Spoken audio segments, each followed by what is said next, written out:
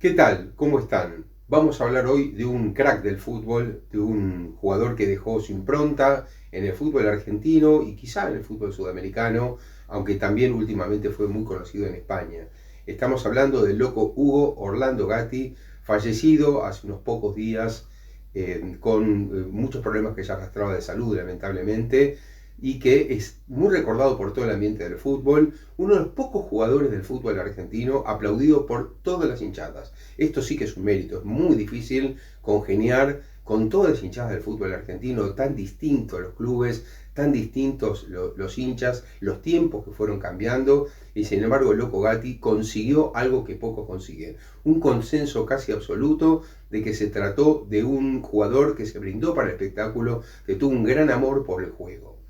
El Loco Gatti fue un adelantado a su tiempo, porque siempre dijo que no le interesaba volar para la foto, que no le interesaba arrojarse y que prefería adelantarse las jugadas. El Loco Gatti tomó mucho de lo que fue de otros arqueros, porque él no inventó nada, simplemente profundizó y lo hizo mucho más importante al juego de adelantarse, de gambetear, de ser un jugador de campo. Fue el primer arquero de campo profundo, digamos, porque hubo dos que lo anticiparon, que fueron Amadeo Carrizo y Néstor Martín Herrera. Amadeo Carrizo, el primero, para mí el primer jugador de campo como arquero, fue compañero de Hugo Orlando Gatti en su segunda etapa en el fútbol, en River Plate, y después siempre se enojaba mucho Amadeo Carrizo. Me tocó hablar con él, porque trabajó para una de las grandes marcas de indumentaria deportiva con el tiempo, haciendo relaciones públicas, y también le pude hacer alguna entrevista, y siempre que le mencionaba a Gatti, él fruncía el ceño, y otros colegas me comentaban lo mismo. Siempre se hablaba mucho de cualquier cosa y Carrizo siempre respondía bien, pero cuando se hablaba de Gatti, a Carrizo le cambiaba la cara, le cambiaba el gesto, porque uno le recordaba siempre esa frase que Carrizo no quería escuchar, que Gatti decía: Carrizo fue mi maestro, pero después él no pudo soportar que el alumno superara al maestro. Son opiniones, muchos creen que Carrizo fue quizá el mejor arquero de la historia del fútbol argentino, otros creen que Gatti fue efectivamente alguien que profundizó esa idea de Carrizo, y Gatti tuvo otro antecedente que es justamente, decíamos, Néstor Martín Herrera en Atlanta, el lugar donde surgió Gatti, club en el que surgió Gatti, porque también Herrera tenía esa característica. Y es más, Gatti decía que también había tomado cosas de la araña negra, ¿no? De Lev Yashin, el grandísimo arquero soviético de los principios de los años 60, y también él dice que tomó cosas de Lev Yashin. Bueno, sea que sí o que no, lo concreto es que Gatti brindó un gran espectáculo en las canchas argentinas y con una característica muy especial. Debutó muy joven y jugó 26 años, miren que hay que jugar 26 años al fútbol profesional. Y es más, Gatti comentaba en varias conversaciones, inclusive una anécdota que yo acá tengo un video con anécdotas de Loco Gatti, que si quieren ustedes pueden ver, donde él comentaba esto de que él salió del fútbol por su pasaporte, por su documento, si quieren por su documento de identidad, porque él decía que lo sacaron simplemente porque en el documento decía que tenía en ese momento 44 años. Fíjense lo que les digo, Gatti atajaba en Boca, ni siquiera es que estaba de retiro, en un equipo chico o en el ascenso, no, Gatti atajaba de titular en Boca con 44 años. Tenía 44 años en 1988, cuando al principio de septiembre, cuando comenzaba el torneo 88, la temporada 88-89, es decir, iba la segunda fecha, la primera fecha de ese torneo, Boca contra Deportivo Armenio. Gatti cometió un error en la salida contra el jugador Maciel, Silvano Maciel, y de esta forma Boca perdió con Armenio de local ese partido, y a partir de ahí el Pato Pastoriza, amigo de Gatti decía: yo seguí siendo amigo del Pato Pastoriza, pese a que me sacó y no volví a jugar más al fútbol. Pastoriza decidió sacarlo de la titularidad, poner a Navarro Montoya, y Gatti no volvió a atajar en el fútbol argentino. Esto Gatti también lo vinculó, en cierta forma, ahora vamos a hablar un poco más de su vida. Gatti lo vinculó también a un hecho político. Él decía que de Boca lo sacaron porque él tenía un origen radical y entonces en Boca había que ser peronista. De hecho, él dijo que cuando fue menemista en los últimos años de su vinculación con algo de la política, porque Gatti fue más gatista, por decirlo así, que otra cosa, pero cuando él tuvo algún vínculo con el menemismo, él dice que mejoró su vínculo con los hinchas de Boca. Esto, bueno, por supuesto, como todos, son opiniones, son puntos de vista. Yo no sé si están así o no, pero él sí que dijo esto. Hay que decir, quiero comenzar ahora por el principio de su carrera, que Gatti proviene de una familia campestre, de Carlos Tejedor, en la provincia de Buenos Aires, una familia numerosa en la que era el hijo menor de todos. Y bueno, Gatti tenía dotes realmente importantes para jugar al fútbol. Y de hecho, él viaja a Buenos Aires a algunas pruebas, entra en Atlanta, la primera prueba que le toman, esto es increíble este dato, en el primer partido amistoso que Gatti jugó a prueba le metieron 14 goles y se fue tan mal, tan enojado al vestuario, que pensó en volver a Carlos Tejedor, no jugar más al fútbol. Pero ahí Nano Gandulla, que había sido un jugador de Boca muy importante en los años 40 y que en ese momento estaba de coordinador de las divisiones inferiores de Atlanta, le dijo a los dirigentes de Atlanta, este tipo en un año va a valer millones. Este tipo se tiene que quedar, y le dijo a Gatti, lo convenció de que Gatti tenía que seguir. Y una manera de convencerlo era que lo veía muy jovencito a Gatti, muy jovencito. Entonces lo puso en una pensión que tenía en ese momento Atlanta para muchos jugadores, con dos cracks del momento, que dos jugadores que Gatti siempre agradeció que le marcaron un camino, no solamente en el fútbol, sino en la vida. Estamos hablando de Grigol y de Luis Artime, ¿no? Dos jugadores muy importantes que después tuvieron mucha relevancia en el fútbol argentino. Artime como gran goleador durante muchos años en el fútbol argentino, en el de Brasil, en Uruguay, ni hablar, en el Nacional de Montevideo, en el Palmeiras de Brasil, pero también en River, en Independiente, en la selección argentina. Y estamos hablando de un Grigol muy relacionado con la dirección técnica del fútbol. Así que bueno, los dos fueron compañeros de Gatti. Gatti en Atlanta entra en una época en la que estaba de presidente León Kolbowski, que es una época considerada de oro del fútbol de Atlanta, de Atlanta como club. Y en esa época también había estado Subeldía. Atlanta había ganado una copa, la Copa Suecia, jugada en 1958, pero que, bueno, se alargó bastante esa copa. Atlanta fue campeón de esa copa, y después alguna base de esos jugadores siguió. Osvaldo Subeldía, por ejemplo, era uno de los integrantes de ese equipo, y después fue técnico también de Atlanta. Un Subeldía muy distinto, que después fue un estudiante de La Plata. Y entonces, bueno, Gatti estuvo en ese ámbito, estuvo en esos primeros años 60 en Atlanta. De ahí Gatti sigue para River Plate. Después, en la segunda parte, Gatti ya se venía destacando y va a River Plate. Sí hay que decir que Gatti hizo algunas cosas loquísimas que él contaba en algunas entrevistas. Pero, por ejemplo, decía que fue suspendido una vez. Fíjense ya lo que era Gatti, que siempre quiso mostrar su destaque, siempre quiso hacer algo diferente a lo que había desde muy principio, desde que comenzó a jugar al fútbol. Dicen que una vez lo suspendieron desde Atlanta mismo por querer sacar del arco, haciendo primero rebotar con la mano la pelota en el travesaño, para que el travesaño salga fuerte hacia el medio. Por irresponsable lo suspendieron por un partido. Fíjense, ya esas locuras hacía Gatti al principio, muy arriesgado. Yo creo íntimamente, habiéndolo conocido y tratado a Gatti, pero además por lo que leo, por lo que me cuentan colegas, por lo que uno vio tantos años en la cancha, a Hugo Gatti, que fue un gran tímido que peleaba internamente por vencer esa timidez, desafiando hasta los límites más increíbles las posibilidades de hacer algo distinto. Es decir, yo creo que fue un desafío a sí mismo todo el tiempo. Gatti se estuvo probando a sí mismo todo el tiempo, ¿no? Y por eso hacía estas locuras, estas cosas, y por otro lado es como que no tenía nada que perder. Me parece que era un poco eso, es decir, arriesgaba demasiado y le salió mucho más bien que mal, mucho más bien que mal. Le hicieron goles, como se llama, de biógrafo, esos goles imposibles, entre ellos uno en una final de Copa Libertadores, como le hizo Olimpia en Paraguay en un tiro libre que le pasó casi entre las piernas.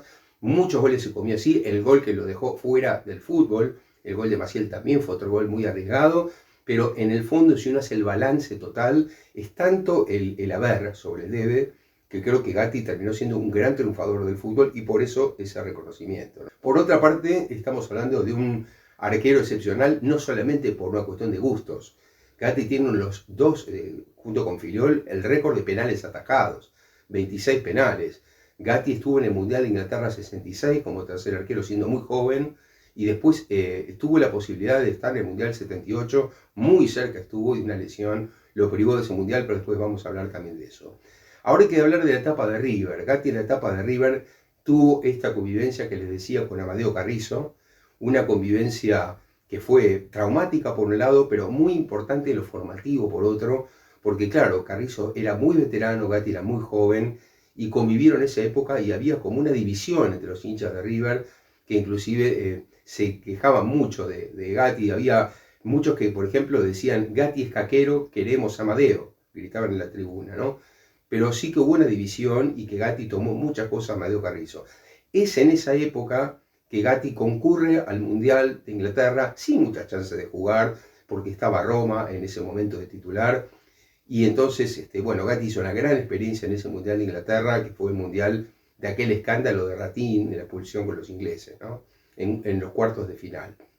Así que bueno, después Gatti, esa etapa de River, siguió, inclusive les cuento algo más. En un Boca River, jugando para River, en la Bombonera, le tiraron una escoba y se puso a barrer el área. Yo creo que ahí generó la primera simpatía. Es decir, Gatti toda la vida generó sonrisas en el fútbol, ¿no? Hacía cosas realmente increíbles. Yo le vi hacer cosas por lo menos increíbles, pero increíbles desde el punto de vista de reacciones. Le tiraban una naranja y se la pelaba y la comía. Le tiraban una escoba y barría.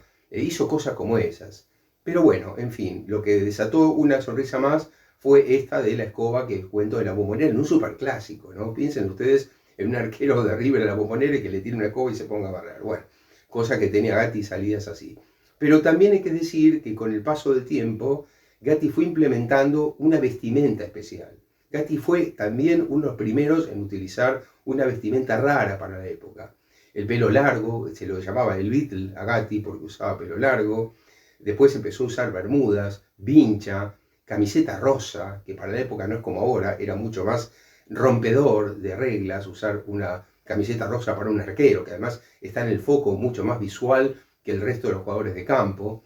Y esto de salir gameteando, de salir jugando, de utilizar muchos pies y de casi no tirarse nunca, como dije anteriormente.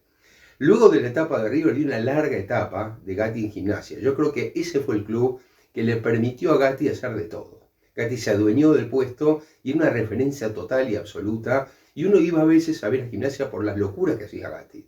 Justamente ahí se destacó porque fue el dueño del puesto y prácticamente hizo lo que quiso y se fue destacando en el mundo un poco por aquello de Gimnasia. Yo creo que fue la gran plataforma para hacer las grandes locuras que hacía Gatti en ese momento, más allá de que no ganó títulos con Gimnasia, pero sí hizo estas locuras. Y después viene ya un Gatti un poco más veterano, un Gatti que en 1975 va a Unión de Santa Fe, cuando el Toto Lorenzo deja el Atlético Madrid. Qué cosa extraña esa, ¿no? Un Toto Lorenzo que deja un Atlético Madrid, que juega una final de Europa y después sale campeón intercontinental. Sin embargo, deja, después de esa Copa de Europa, el Atlético Madrid para ir a dirigir a Unión, que había ascendido a Primera División. Un Unión que buscaba hacer una revolución en el fútbol, y el Toto Lorenzo decide llevar una base de jugadores veteranos que lo acompañaron. El Toto Lorenzo, que les recuerdo, había dirigido a Gatti en Inglaterra en 66, es decir, que conocía a aquel Gatti joven y había mantenido ese vínculo con Gatti, y muchos años más tarde, estamos hablando de 9 años después, se lo lleva a Unión de Santa Fe para buscar armar ruido, armar una cosa distinta cuando Unión asciende a Primera División. Esa Unión le toca pelear el campeonato metropolitano contra el River de la Bruna, que gana después de 18 años un título, que fue una fiesta total, y sin embargo esa Unión hace un campañón, tremendo campañón, con algunos veteranos, como digo, más allá de Gatti. Lorenzo trae también a Mastrangelo, trae a Rubén Suñé, estaba Leopoldo Luque, es decir, unos jugadores extraordinarios de Unión, y termina siendo un campañón Unión de Santa Fe. Tal es así que Alberto J. Armando, presidente de Boca, viendo que River había salido bicampeón en el 75, convoca al Toto Lorenzo para hacer una campaña parecida o mayor, si se quiere, con Boca para el año siguiente. Un Boca que también llevaba años sin salir campeón, desde 1970 que no ganaba un título, y Armando se lleva entonces al loco Gatti con el Toto Lorenzo. Cuando llega el Toto Lorenzo, el éxito de Unión hace que convoque a Gatti para el arco de Boca, un Gatti que había jugado en River, ¿no? Un Gatti que había jugado en River y que jugando para Gimnasia, les cuento, en un partido se sacó la camiseta de Gimnasia y tenía abajo la de Boca. Eso generó en Boca una situación bastante particular. Tenía un gran cariño la hinchada de Boca por él, por varias cosas. Aquello de la escoba, esto de usar una camiseta de Boca abajo de la de Gimnasia, que los hinchas de Gimnasia sabían que Gatti iba a hacer eso, que tenía la camiseta de Boca abajo, y eso ya generó una expectativa de los hinchas de Boca como que Gatti era alguien bienvenido cuando llegó a Boca. Y efectivamente Gatti integra ese equipo de Boca que gana el bicampeonato del 76, imitando a River del año anterior, pero además proyectándose a la Copa Libertadores del 77 y 78 y a la final del 79, un gran imperio del Toto Lorenzo, pero hay que decir que la primera Copa Libertadores que Boca gana en su historia, en Montevideo, en el Estadio Centenario ante Cruzeiro, lo hace después de empatar el partido, yendo a los penales. Todos los penales se habían convertido, estaba 5-4 ganando Boca, y el último penal lo patea Vanderlei y Gatti lo ataja, y de esa manera Gatti es el que le da a Boca la primera Copa Libertadores con esa atajada. Sanabria es el único que se agazapa y mira, se adelanta Vanderlei, tira, Gatti, Boca, Gatti, Boca campeón, Gatti se fue al parante izquierdo, atajó y Boca es el campeón, y el estadio la locura, y la Libertadores ya no es la copa que se mira y no se toca. También hay que decir que una de las pocas atajadas largas, de esa que yo comentaba que Gatti no se tiraba prácticamente nunca, la hace frente a River en la final de Nacional del 76, que fue el partido que le dio a Boca el bicampeonato a la cancha de Racing. Es aquel tiro tremendo de JJ López que Gatti vuela y la saca. Pocas veces se veía a Gatti volar y sacar para arriba una pelota como esa. En general no lo hacía el loco Gatti, pero también hay que decir que en esos encarnizados partidos de superclásicos entre Boca y River con estrellas que hoy se me pianto el lagrimón de solo pensar en aquellos jugadores de los dos equipos, Gatti era muy respetado y muy querido por los jugadores rivales también. Ahora cuando falleció hubo palabras muy elogiosas y muy cariñosas, por ejemplo, el Beto Alonso. El Beto Alonso era un gran rival de Boca de ese tiempo. Lo sigue siendo hoy, que hace tantos años dejó el fútbol. Inclusive Filiol tuvo palabras muy cariñosas cuando Gatti era bastante duro con él. ¿Por qué? Porque se debatió mucho cuál era el mejor estilo, si el de Gatti o el de Filiol. Filiol era un atajador de línea, un brillante arquero de reflejos, por ejemplo, de un gran estado atlético, y Gatti era todo lo contrario, físico esmerreado, piernas muy flaquitas. Uno lo veía a Gatti no muy alto y pensaba cómo este tipo puede ser un gran arquero, y vaya si lo fue, un gran arquero. Gatti fue un gran arquero, pero Gatti tenía palabras duras con Filiol. Gatti decía, sí, Filiol es muy bueno, pero no es como yo soy mucho mejor. Gatti siempre decía que él era el mejor, todo el tiempo decía que él era el mejor. Y esos años de Boca, esos grandes años, diría yo, desde Unión en adelante, primero Unión con el Toto Lorenzo, después Boca, lo proyectan a la selección argentina de César Luis Menotti. Gatti coincide en ese tiempo, que hay esas cuestiones azarosas, pero así ocurre, Gatti coincide con Menotti en la selección argentina, preparando el equipo para el Mundial 78. Y Gatti, que formó parte también de la selección de Santa Fe cuando jugaba en Unión, termina siendo convocado por Menotti como el arquero titular de esa selección. Es decir, en realidad lo que pasó, hay que decirlo también, es que hubo un conflicto con los jugadores de River. En ese conflicto con la Bruna y los jugadores de River, que River le niega a la selección a varios jugadores, terminan siendo Pasarela y Luque, pero JJ López, Alonso y Filiol no son cedidos a la selección, decanta todavía más a Menotti por Gatti. Menotti se juega por Gatti porque a Menotti le gustaba ese tipo de arqueros jugadores. Y Gatti le solucionaba muchos problemas, más allá de que contra los europeos, en la serie internacional en la cancha de Boca, más de un gol le hicieron porque Gatti no se arrojaba como decía, ¿no? Me acuerdo, por ejemplo, el partido con Alemania en la Bombonera, partido en el que estuve también, ¿no? Pero bueno, Gatti fue el titular con César Luis Menotti hasta que viene ese problema de rodilla que lo saca del equipo. Y Gatti comentaba, esto es muy interesante, que Menotti por muchos años no le creyó a Gatti que el problema era la lesión. Menotti pensó que como en ese momento se debatía quién era el mejor técnico, si Menotti en la selección argentina o Lorenzo, que había salido campeón intercontinental con Boca, se debatía entre ellos dos. El duelo no era Menotti-Bilardo, en esos años era Menotti-Lorenzo. Menotti siempre pensó que Lorenzo le había negado a Gatti a la selección y que le había convencido a Gatti de que no jugara más y se inventara una lesión. Gatti, en cambio, le fue diciendo a Menotti que no es así, que él realmente estaba lesionado. Lo cierto es que a Gatti lo marcó mucho esa lesión, porque Gatti no pudo jugar el Mundial 78 cuando había sido un muy buen arquero en la selección. De hecho, uno de los mejores partidos de su vida, de hecho Gatti decía que fue el mejor partido de su vida, fue aquel partido contra Rusia en la nieve, en Kiev, que bueno, ese partido fue tan trascendente que bueno, le costó muchísimo a los soviéticos marcarle un gol a Gatti. Fue los días previos al golpe de Estado del 76 y Gatti atajó con un pompón y una petaca de whisky en el palo, que iba tomando mientras jugaba el partido, y él decía que esa petaca de whisky lo hizo todavía jugar mejor. También Gatti comentaba, pero esto es algo no muy probado, porque hay muchas cosas que Gatti decía que no están muy probadas realmente, que él tomaba un cuarto de vino en los primeros años de futbolista para darse fuerza, para darle carácter.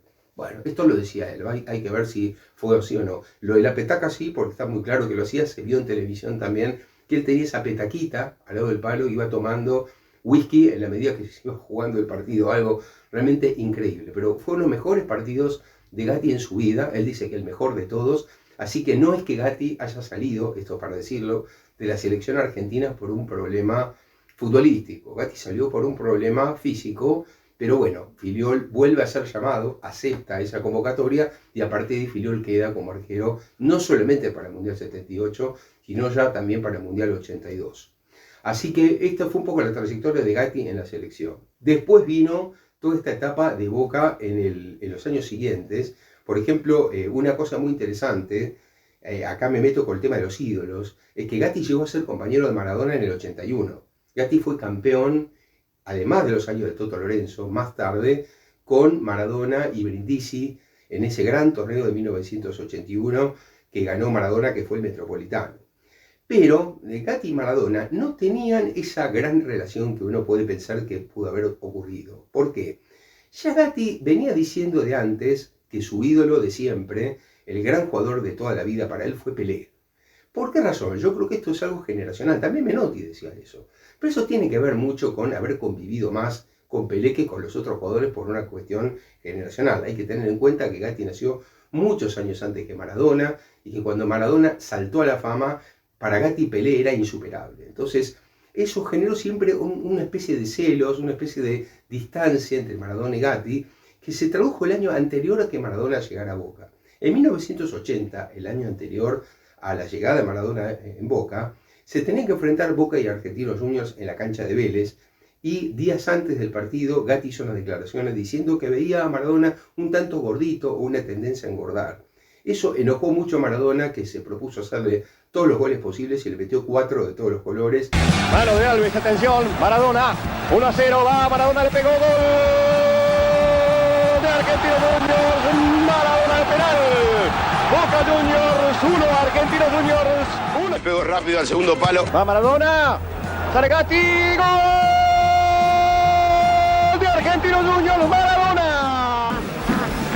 Buscando Maradona ahí, Maradona, atención, sale Gatti, Maradona le va a pegar el arco solo, gol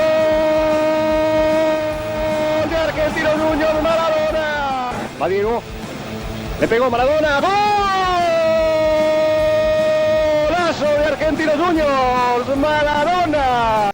Y ese día, esa actuación de Maradona frente a Boca en un 5-3 que ganó Argentinos Juniors, también generó un acercamiento a la hinchada de Boca con el propio Maradona, que se tradujo después al año siguiente en la llegada de Maradona a jugar en Boca en el 81. Pero ese campeonato que ganaron Maradona y Brindisi junto con Gatti no fue un gran año para Gatti porque estuvo lesionado mucho tiempo y solo volvió al final. Pero fíjense qué locura, porque Gatti vuelve en un partido contra Estudiantes, que quedaban pocas fechas para terminar el campeonato, Boca asediado por el ferro de Carlos Grigol, y Gatti dijo ahí, yo voy a volver, pero conmigo, con mi participación, Boca va a marcar uno de los goles trascendentes con los que va a salir campeón. Eso generó, como siempre, algunas risas, algunos motivos de descreimiento. Sin embargo, hubo un momento en una jugada contra Estudiantes en la Bombonera que Gatti le quita la pelota a un delantero, se adelanta a quitar la pelota a un delantero, empieza a gambetear, pasa a la mitad de la cancha, le da un pase a Perotti y de ahí llega el gol de Boca con el que le gana a Estudiantes, y efectivamente Gatti cumplió con la promesa de marcar ese gol y influir de alguna manera en el título de Boca de 1981. Sigue, a trama, está picando Hernández, sale Gatti, atención, sale Gatti, va Hernández, le ganó Gatti. Sigue Gatti, vean ustedes, vean. Esta es para hacer una rayita del lado de las muy buenas de Gatti. Va Perotti, atención, sale el arquero, atención, le va a pegar, le pegó Perotti, gol. Golazo de Boca, Perotti, gol. A partir de allí hay que decir también que Gatti integró mal los equipos de Boca. Boca entró en una crisis institucional que también le cupo a Gatti. Me tocó cubrir, les cuento también, aquel año terrible de Boca de 1985 al 86, cuando un club absolutamente en crisis tuvo que verse obligado a vender a Gareca y a Ruggeri y a River, vinieron a cambio Tapia, Ollarticochea y un monto de dinero, después de una larga, digamos, una larga batalla por solucionar ese tema con el plantel de Boca, que Boca finalmente no lo pudo hacer y no le quedó otra que vender a esos jugadores.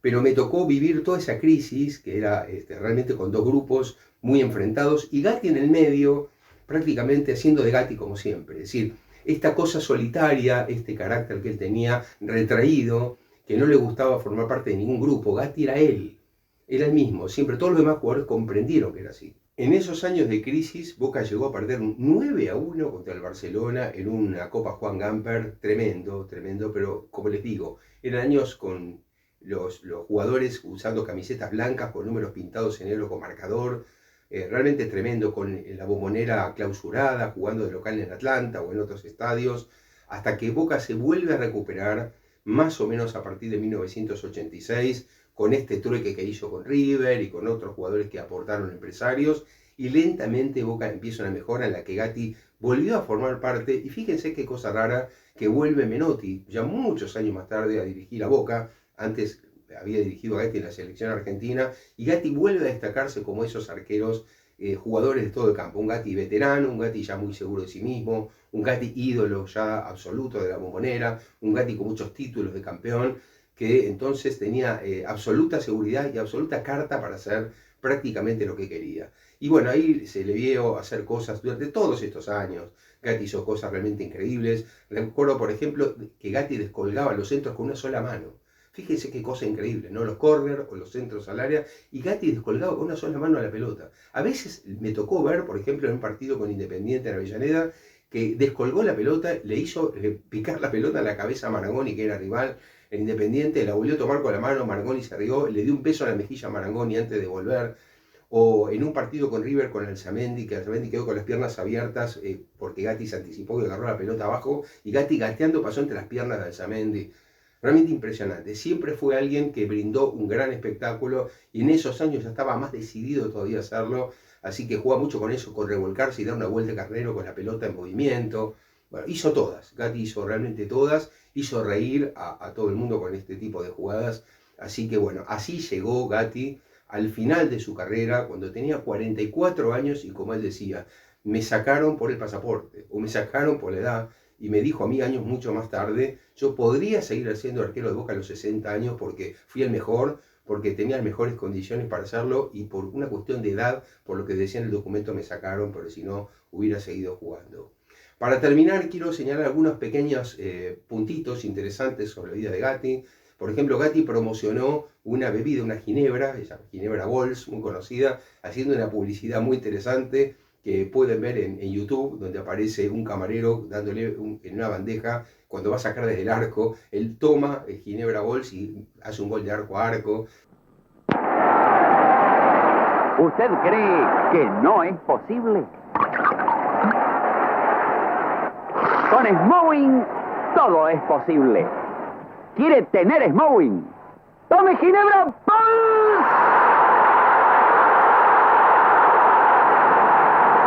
Bueno, cosas por el estilo hizo muchas. Por ejemplo, un gran admirador de Mohamed Ali, de Cassius Clay, le puso a su hijo mayor Cassius, de segundo nombre, Lucas Cassius, que era justamente en homenaje a Mohamed Ali, y le quiso poner Ali a su segundo hijo en el segundo nombre de Federico, y ya Nacha Nodar, su mujer, no se lo permitió.